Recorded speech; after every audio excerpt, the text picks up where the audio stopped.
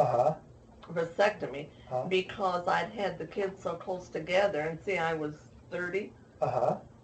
And the doctor said no, that would be too hard on my body. Oh, wow. So he had to have the vasectomy Uh-huh. instead. But anyway, and part of that was true, Greg. I think I've told you before. Both times the doctor told me I was going to have a girl. I Mm-hmm. wanted a girl because I had no experience with boys. Mm-hmm. I didn't have any brothers. Tony was the only. Dad's family we didn't have a lot to do with. Oh, with Chris, he told you you're going to have a girl, too? Yeah. Huh. And anyway, so the second time, I knew I was going to have a girl. And then whenever they brought you and said, here's your boy, I said, no, that's not my baby. I remember that. Uh-huh. I had a fit because I thought they had mixed up the babies because the doctor had told me I was going to have another girl. Aw. See, they didn't do sonograms then. Uh-huh. Doctors should never have said that in the first place, you Yeah. know. They're more careful about that kind of stuff now. So I was positive they had mixed up the babies. Uh-huh.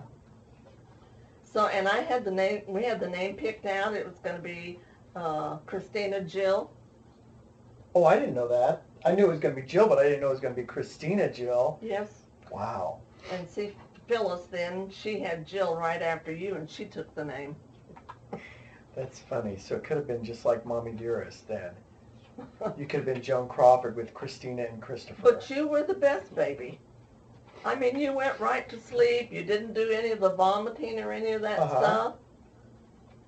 Well, by the time I came around, you kind of knew what you were doing, too. Yeah, I would. Yeah, it was a lot more. And when Phyllis wanted to come, I said, Phyllis, you know, no, I think Kelly, you know, is older, and I really think you need to be there at home, at his home with him. Stay And see, away. I didn't even tell. Both times Neil had been sent out for you and for he worked for the Forest Service. He had been sent out of state for something. One was a fire someplace else. Oh, wow. To help some of the Forest Service people. Wait, I were thought doing. Dad said that he sat at a diner because you were in labor for so long. No. Whenever I went into the hospital. Oh, okay. No, his boss said, don't worry about it, Dolores. I promise you I'll have him back. And they did. When I called and said, hey, well, see, with you, was it with you? Yeah, with you, Christopher, I was in labor quite a while at the hospital. But with you, I didn't tell anyone, even your dad, that I was having labor pains because I had been in the hospital so long before Chris was born that I was determined I was not going to let anybody know yet. So finally, well, the doctor, my water had broken. And the doctor, I called the doctor, and he said, if you do not have that baby within the next 24 hours, he said, you come in and we're going to have to force it. Oh, wow. Because something about the water breaking. Anyway, and I think that was with you. Anyway, so I was having stronger and stronger labor pains, and Neil had gotten back. Because he got back whenever the boss had got him back with whenever the water had broken. But I had called Taylor's to see if Earlene could come over and watch you. Because I said, I think I'm going to have to go to the hospital. And I barely got there, so it was really quick with you.